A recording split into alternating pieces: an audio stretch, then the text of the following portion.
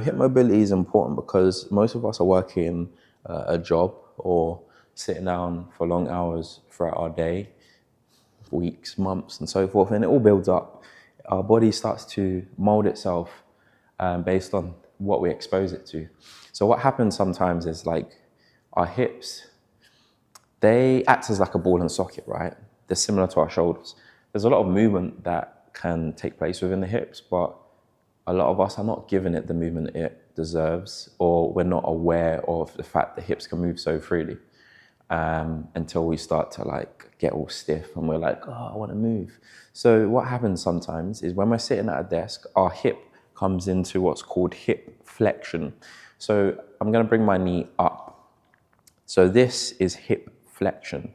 So what happens is my glutes, they lengthen. They're in this like passive state, and now my hips are active, yeah?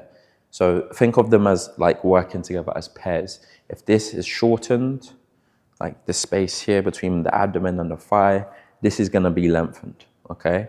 And of course, if I do the reverse, if I lengthen this, my bum or my glute is going to shorten. So the idea is we want to get a lot of hip extension, which is what this is, as opposed to hip flexion. Of course, we have abduction, where we take the leg out to the side. There's rotation in the hips. There's so many ways the hips can move, and it's up to us to restore its fluidity and its original movement.